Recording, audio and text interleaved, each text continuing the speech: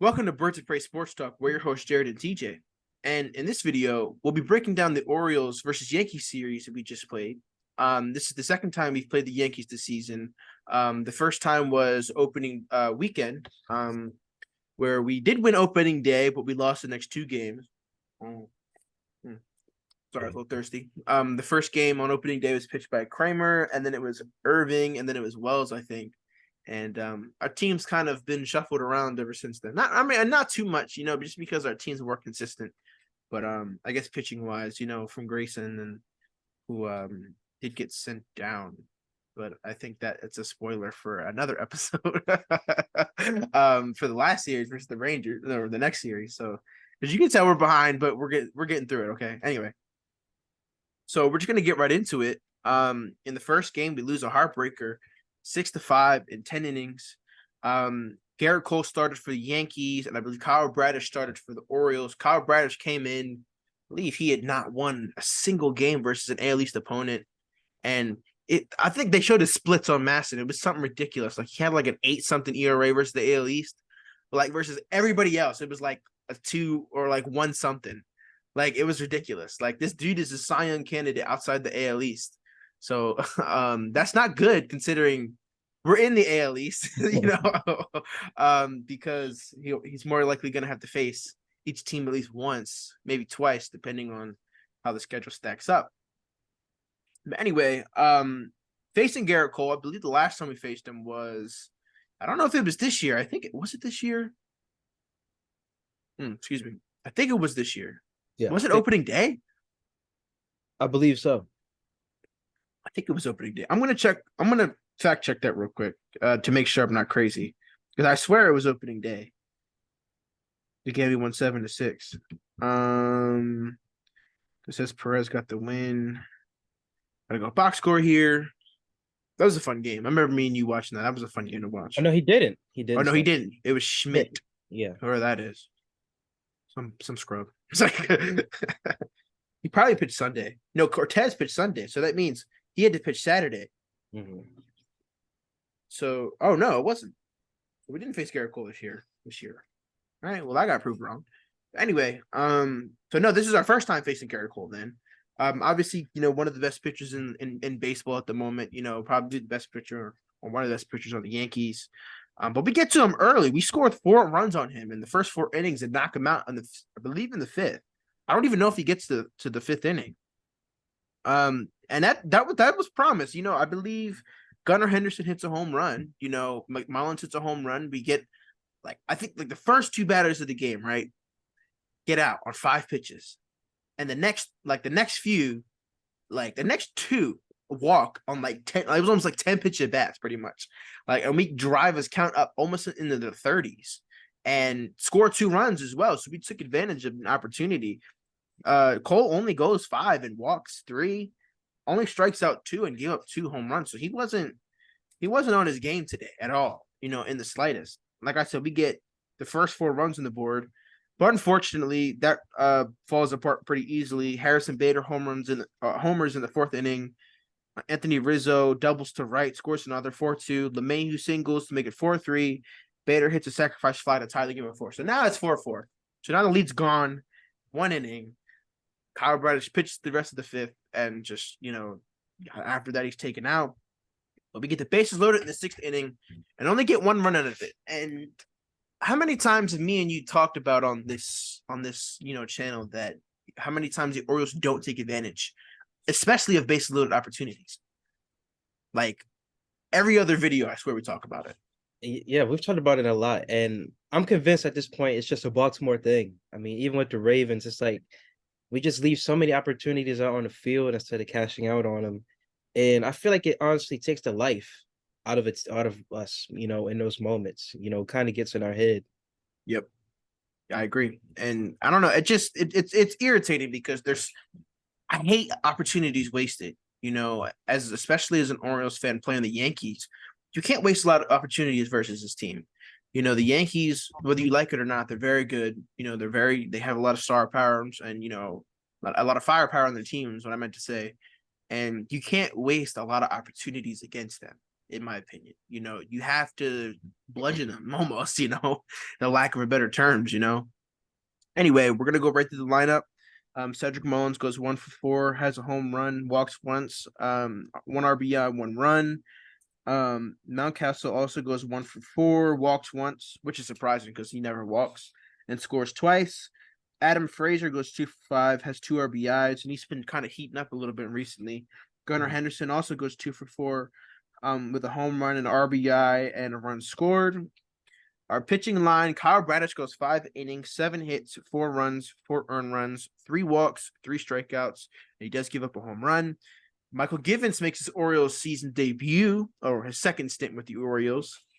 He goes 1 inning, or no, I'm sorry, he makes his second. His first is versus the Blue Jays. I'm sorry, this is his second, and this one was more efficient. Pitches an inning, no hits, no runs, no earned runs, no walks, 1 strikeout. Yennier Cano comes in and pitches 2 innings. So that's something new for him. So he comes in the 7th and pitches in the 8th. Gives him 3 hits, but no runs, no earned runs, no walks, and 2 big strikeouts.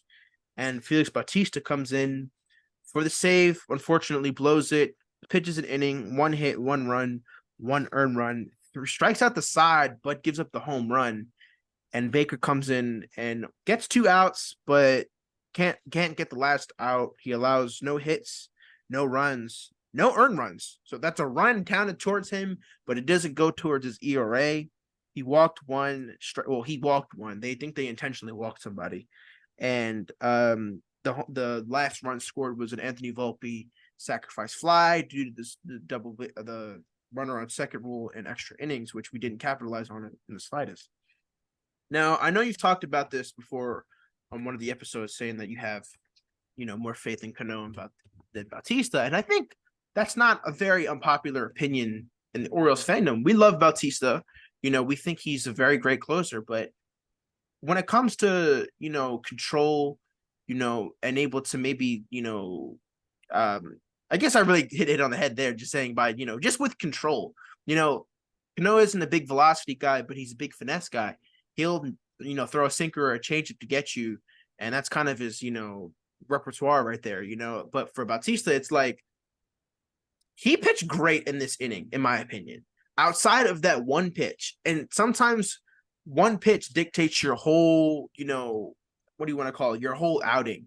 Like you could be having a great game, as a starter, like 7 innings, 1 hit ball, but your offense doesn't give you any runs. And one pitch you make, it's a home run and you lose 1-0. Everyone's going to be like, damn, that was a good start. But that one pitch, like, and then you get the loss, like, but I feel bad for Bautista because, like I said, he struck out the first guy. I think on a few, not many pitches. Like he wasn't like very wild today. Like I should say he's not today, but he wasn't very wild. Like he seemed like he had his command in check. His splitter, seemed like it was not hitting out of his hand or coming out of his hand correctly or right at all. And then obviously the splitter was the one that did damage with it laying right in the middle. And I don't know. In my opinion, I'm not worried, and I think it was a great outing besides one pitch. What is your opinion about this outing for Felix Bautista as he blows his 4th save of the year, unfortunately? Well, kind of like how I mentioned earlier about, the life being taken out of a team. I felt like I could see that, in our dugout when that home run happened. And in that moment, when the safe was blown and Aaron Judge hit that home run, I just had a feeling that, we might just have to, hit the L on this game 1. Yeah. Because I feel like that's just kind of a scary position to be in, both as a team and as a closer in that situation, is giving up the time run to arguably the best player in the league. And you just have that momentum swing, just it drops to the other team just like that. Right. And so, it is very unfortunate that his performance had to be marred by that single pitch alone, just that one pitch. Just Right. That's the one that everybody will remember, like how you said. And like I said, it's scary. I don't mean to go like philosophical here, but I genuinely put myself in his shoes in that moment, and I was just like, wow, like I bet this is very tough to be in, like just blowing a save like that. Yeah, essentially. yeah, no question. Bautista. I'm just calling him Bautista. I keep combining. That's like the second video I've combined two names. I think the other one was what was it? What was it? Zadarius. It was Darius Smith. I Oh, said something. Desarius is Desari. So yeah, I gotta slow down when I'm trying to say someone's name, but no, you really hit all the points there, very correctly. I believe, because you have to remember after Judge hits that home run, there's still only one out. So he has to get at least through one more batter if they want to take him out, but Hyde's probably not going to do that. And he has to get the last two outs, and he does. He strikes him out. He strikes the side out. You know, and like I said, he had Judge down 0-2, and just couldn't get it done. And that one, like I said, that one, it's irritating because if he gets all three outs there, he strikes out Judge, and then he strikes out Rizzo, whoever was up next. Like that's a great outing for a closer. Coming in and saving the day with a 1-run lead in New York. That's not a small feat. Like it's hard to do, especially when you have top of the lineup coming up. So yeah, just a disappointing loss. I really expected more out of Bradish today, but he didn't deliver. He gave us 5, but just was wild. He out of his 90 pitches, he only threw 51 strikes. That should tell you the whole story. So that just tells you he was all over the place and he couldn't find the strike zone. And it was shown he only struck out 3 and walked 3 as well, giving up 7 hits on 4 runs. So it's like he wasn't sharp. And that honestly, this is a bigger issue than I thought, because it's like when you're pitching against the AL East, you got to be on your A game. Kyle Gibson came in Toronto and shut the doors down versus a great offense. That's what we need. That's exactly what we need. Even Grayson did good on Saturday versus the Blue Jays, and then Kramer did even better on Sunday. So it's like you need more, especially out of these younger guys, who Kyle Bradish in his second season and, Grayson Rodriguez in his first season, who's not here anymore, but when he comes back up, and I don't know, it's just kind of frustrating, because the AL East is very competitive, and we need to be equally competitive, especially pitching wise. Mhm. So, like I said, we lose 6-5 in extras, and heading into the next game now, game 2, the Orioles do win this game to tie the series, even the series up, and win 9-6. Oh, I meant to mention the last game we played, like the one I was just talking about. Mhm. That was our third extra inning game in a row. So that's takes a toll on you. That Yeah. takes a big toll on you, especially with this upcoming series we have to play next. But anyway, this was a battle because I didn't get to watch this game. I didn't have this. I didn't have the heart to watch this game. I was like, I think I was sleeping, and then like me and you were filming videos, and like we were doing the live updates while it was happening. So that was Yeah. pretty fun. But I'm just gonna get right into it. Just let me see who started this game for us. If I'm not mistaken, it was Kramer. No, it was Tyler Wells. So Tyler Wells started for us, and Nestor Cortez started for them. Nestor Cortez he kind of owns us in a way. Every time he pitches, we just seem to struggle. He has a lot of finesse stuff, doesn't overpower you, and it's one of those kind of pitchers. Anyway, the Blue Jays. The Yankees start the scoring. Gleyber Torres hits a home run. Yankees go up 2-0. Mountcastle hits his first home run in a while. To almost even the score. I was going to say even the score, but it's not even the score to make it 2-1 Yankees. Yankees go up 5-1 with 2 home runs. IKF hits a home run and a 2-run home run, and Gleyber Torres hits a second of the day to make it 5-1.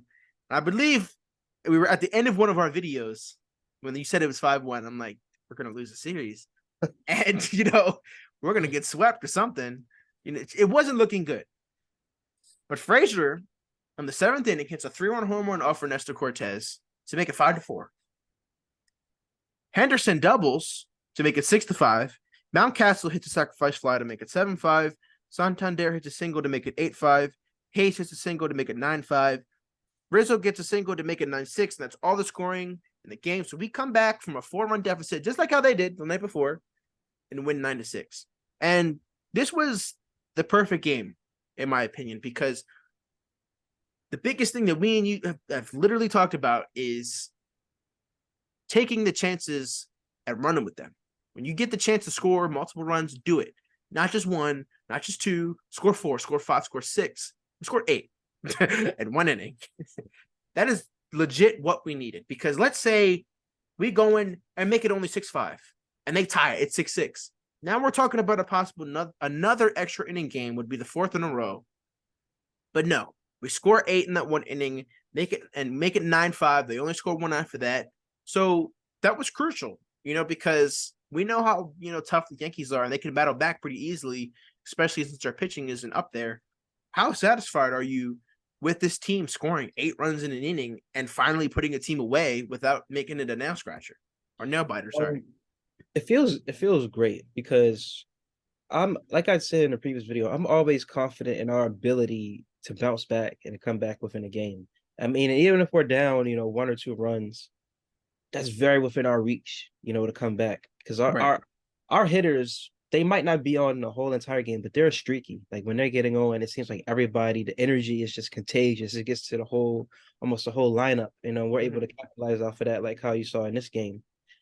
So that's why I'm kind of like so worried about our pitching because like I believe in our hitters. I believe we could come back. We can sustain ourselves offensively. But when it comes to the pitching, when we're constantly getting down to five-run holes and 8-run holes, we Yeah. can't have that much pressure on the offense to constantly put up 9 runs a game. I mean, it's Right. good that we're doing that, but it shouldn't be necessary. I mean, Right. you don't see the Rays having to score 12 runs a game just to win. That's why they're the best team in the league right now because they're pitching is sustainable enough for their offense to like, maybe today we only need to score 1 run, a 1-0 game, a 2-1 game. We need our I'm hoping that we get more of that from our pitching, as the season goes on, because we just can't expect ourselves to score 9 runs a game. It's exciting. It's fun to be at, especially at the games. It's fun to cheer and all that, record videos, but it's just not sustainable. Right. But I am glad what we did in this game. Right. I agree. Tyler Wells could be one of the most effective pitchers in baseball if it wasn't for his home run problem. I think that he said if you take away all the home runs he's given up in the league, he only give up like 4 runs. So that just shows you how good of a pitcher he is, but just those few mistakes that he makes. And what did I say? You know, what about Bautista? I said he had a great outing with that one pitch. And that's what it is for Tyler Wells, it feels like. He has a lot of great outings, but it's just like those few pitches that get him in some trouble. Like it's just a hanger that a player crushes. And it's like, it's unfortunate, really, and if Tyler Wells can fix that up, he's definitely going to be a great pitcher for us going forward. Oh yeah. Anyway, I'm gonna go through the lineup here. Mountcastle goes 1-for-4 with a home run, 2 RBIs, and a run scored. Santander goes 1-for-3 with an RBI, 2 runs scored. Hayes goes 2-for-4, 1 RBI, 1 run scored. Frazier gets 1 hit, goes 1-for-4, has a home run. It was a 3-run home run. He has 3 RBIs in the game, 1 run scored. And Henderson pinch hits and goes 1-for-2 with 2 RBIs and 1 run. And I have a little point to make about Henderson in a minute. Our pitching line: Tyler Wells goes 5 innings, 5 hits, 5 runs, 5 earned runs, 2 walks, 8 strikeouts, but gives up 3 home runs. All his runs were good up home runs, by the way. Mike Baumann goes 1 inning, no hits, no runs, no earned runs, no walks, no strikeouts, no home runs given up. Oh, he pitched an inning. He only pitched 9 pitches. That's pretty good. He probably could have left him in a little bit longer. Michael Givens only goes 1/3 of an inning. He goes no hits, no 1 run, 1 earned run, 2 walks, no strikeouts, no home runs given up. Danny Coulomb comes in to save the day. He goes 1 and 2/3 of innings, 1 hit, no runs, no earned runs, no walks, and 3 strikeouts. And Bautista gets his redemption from the night before. Goes in the inning, no hits, no runs, no earned runs. Does walk 1, but strikes out 2 and gets his 12th save of the year. Now, Michael Givens has really struggled in his really, and I wouldn't say struggled, but he hasn't really done too hot, to start off the season so far. He's just coming back from injury. He's a veteran bullpen guy. You know, it, he's not a young bullpen guy. Not a young arm. So like, obviously, I personally wouldn't have a huge leash on him.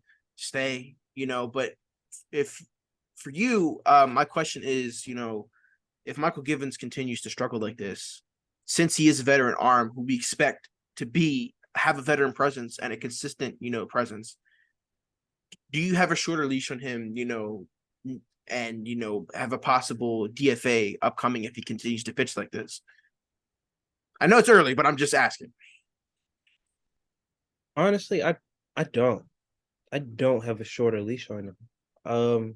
I feel like when it comes to playing wise, like him actually being on the field, this might sound kind of crazy, but I feel like we don't expect too much of him, especially right now as he's come back from injury. I feel like that's why we have a lot of younger guys, got like how I mentioned all the time, it's not an Orioles game unless they have a basketball lineup, pitching. We always Yeah. have guys like Cano or Ballman, or we have Wolf. I feel like when it comes to game situations, actually be on the field, we rely on guys like that more. And when it comes to Michael Givens, like you said, he's more of like a veteran presence in the bullpen, talking to the guys, talking them through situations. I feel like that's how we view him and value him more right now. So when Mhm. it comes to having a shorter leash, I don't think we will. I feel like there's much younger prospects that we have and much younger guys that need to be looked at and paid attention to more. Guys like Grayson Rodriguez, guys like Cianel Perez, guys like that who are kind of shaky in some games and show great, prowess in others. So yeah. Sorry. Um. Anyway, no, I definitely do agree with you. I mean, I guess personally for me, I don't tolerate, veteran incompetence. And that's a kind of a big word for that. But if you are a veteran pitcher in this league and you struggle on this team, there really is no place for you in this team, in my opinion. But you know, I do want to see if Michael Givens just get back on track. Because he didn't have a fantastic career when he first pitched here, but it was semi solid. He had a few good seasons here, but maybe he can still rekindle his magic, that he I'm, pitched back in Let me just say 2016. this. I remember in 2012 when we added Jim Tomei to the team, and he was like old as heck at the time. And I kind of look at it as that. Like we weren't expecting too much from Jim Tomei. Like, yeah, he did his thing. He had a couple home runs, but he didn't really impact the team in a way. It was our younger guys like Chris Davis, Adam Jones, JJ Hardy, Right. Manny Machado, even what's his name? The second baseman we used to have, Andino, guys like that, the younger guys, we were leaning on them more while saving Jim Tomey. Yeah, he would play, but more for his veteran presence. That's just how I look at it. So, And I it's also a good thing to have, kind of that, because to me, you need a bullpen. You need two sides of a bullpen, right? You yeah, need the bullpen who's going to pitch when the game is close, and you need a bullpen who you're going to throw out there if it's you're getting blown out or you're doing, to blow it out. the Yeah. damage, right? So like, um, I didn't want to, say that in, reverse because it would have sounded weird. As Anyway, I said it. just did it. I'm why you say it. But anyway, no, like you need, like I said, you need two sides of the bullpen. You need the clutch guys and you need the guys who are going to come in, in those certain scenarios. And I think that Givens might be. You're not going to bring him in when I don't know, Bauman gets in a little bit of trouble in the seventh or eighth inning, Yeah. and there's two runners on, you're only winning by one. You're not going to bring in Givens. You're going to bring in Cano, or you're going to bring in Bautista for a 4 or 5 out save, which he most likely won't do a lot this year, considering Bautista pitches enough already. So, if you're losing, 10 to 1, it's the sixth inning. You need some guy to go out there and pitch. Go out there and throw Givens, or you're winning 12-1 or whatever the score is. Throw out Givens. Maybe he'll get a few. Maybe he'll allow a run or two, but hopefully he gets all 3 outs. So I'm not sure how much we're going to lean on Givens being a reliable reliever. And I know a lot of people already are kind of like, I kind of don't want him on this team, but because he has been put in some high leverage situations so far, and he failed in Toronto, and he failed in New York this past week. He did pass in New York as well, so he's pitched 3 straight games with a day off in between. meaning a whole team day off, not for him, but like I said, I think he's more of the guy who's going to be in, the second half of the bullpen, where it's like these guys are going to be used in this certain scenario, not a clutch scenario. You have your guys like, uh, Baker or Cano, Bautista, Coulomb in your clutch situations. And then you got like your guys like Bauman and Voth and Perez and now Givens, who are going to be like the guys who are like, we may bring him in the clutch situation, like right after your starter comes out, but I mean, who knows? Hopefully not. So yeah, Mike Bauman does get the win. He gets his fourth win of the year. And like I said, Bautista gets his 12th save, and we win. So we're gonna go right on to the next game. um Kyle Gibson starts this game for us, and he goes seven again. It's a second straight start against an AL East opponent where he goes seven. Okay. So I said start.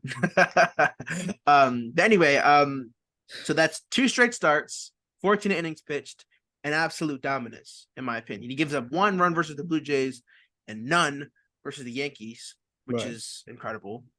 Let me get to the recap. Santander singles, and that gets our first run on the board. We are leading 1-0. Hayes doubles. It was almost a home run. It was a home run by this much, or a double by this much. It was almost close to a home run. Gets it to 3-0. Cole Calhoun doubles to score Judge to make it 3-1, and that's all the scoring the Yankees do in the game. Almost close to a shutout.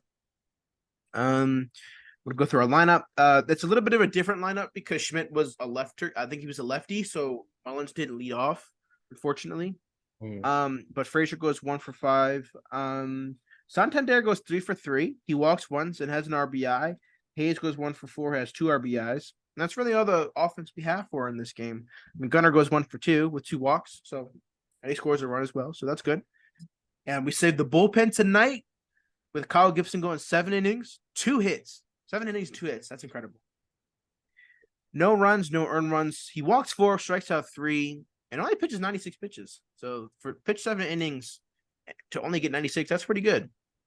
Mike Bauman goes an inning, no hits, no runs, no earned runs, no walks, 2 strikeouts, and Cano comes in, gets the save, his 4th save of the season, goes an inning, 1 hit, 1 run, 1 earned run, and that's all on McKenna, by the way. We'll talk about that.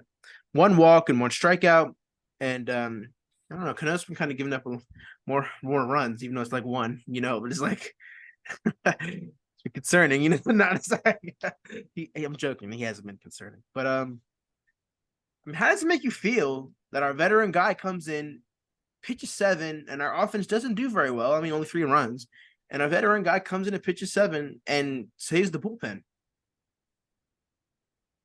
It honestly feels great. It feels it kind of is, in my head, it's kind of like it's a win, but at the same time, we're giving the guys on the offense an off day. Like how I kind of mentioned earlier in this video, there's one of those kind of like those Rays wins where we don't have to score too much and we can still Right. win because our pitching is good.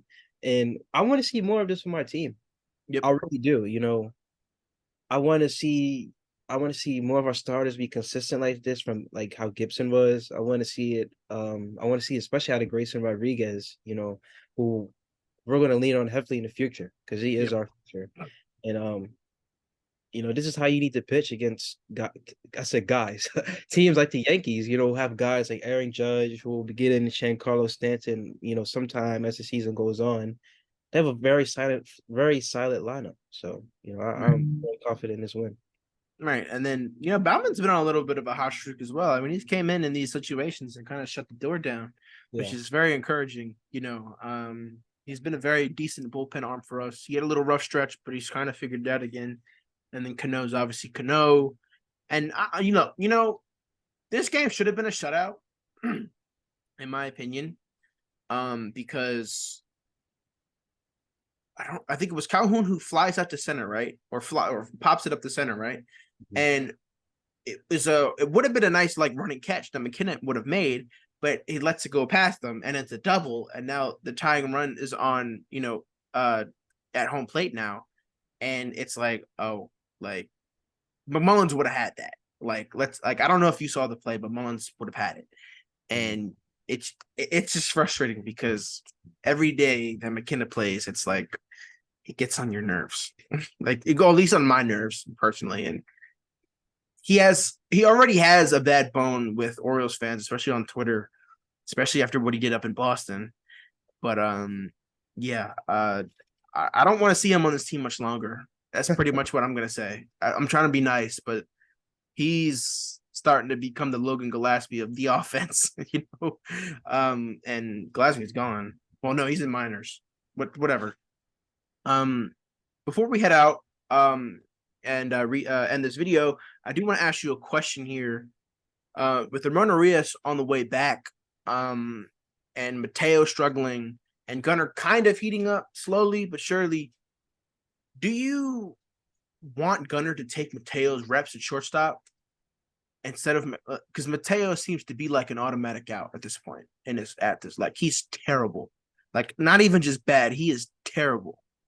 Do you want to see Gunnar Henderson start taking his snap? I mean, it's not snaps. Start taking his reps at shortstop and playing more every day than Jorge Mateo. It's kind of unfortunate because Mateo was kind of heating up, a couple series ago, but I feel like they should kind of alternate, give one game to Henderson, give one game to Mateo, and just kind of see if that can spark Mateo.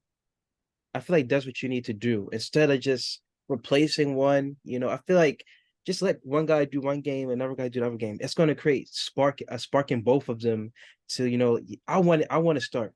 I want to get the starting position. I don't want him to have it. I want to have it. It's going to bring out that spark in them. A friendly competition, and it's just a win-win for the team. I mean, if let's just say if Henderson ends up doing better than Mateo, okay, we have our shortstop now that we can rely on. Maybe we can use Mateo.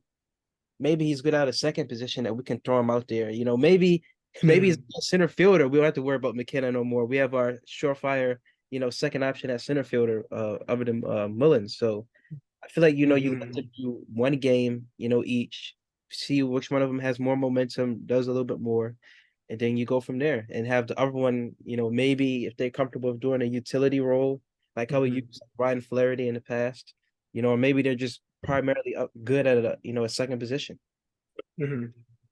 I was thinking more of like maybe like a Gerard Dyson role, like how like that he had for the Chiefs, the Royals. wrong Kansas City sports team. But Gerard Dyson would be a pinch runner and just like be a net on the bases. And I think that Mateo can easily be that.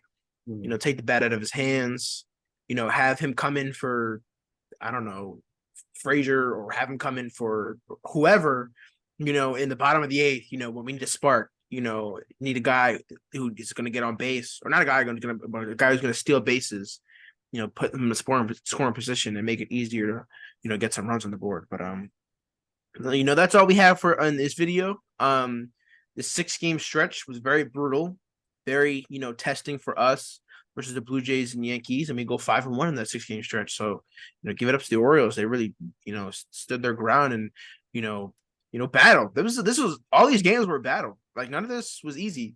This was all a fight, and it was all a dog fight, and we're here.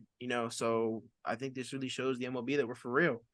We got another test versus the Rangers, third best team in baseball, and well, I spoiled it already, so we're behind. But they're not the third best team in baseball anymore. But anyway, to not jump too far ahead, yeah. We're gonna wrap this video up here. Don't forget to like, subscribe, and share. Share on TikTok, Instagram, Twitter, Reddit, wherever you can. And we're Birds of Prey. We're out. Wow.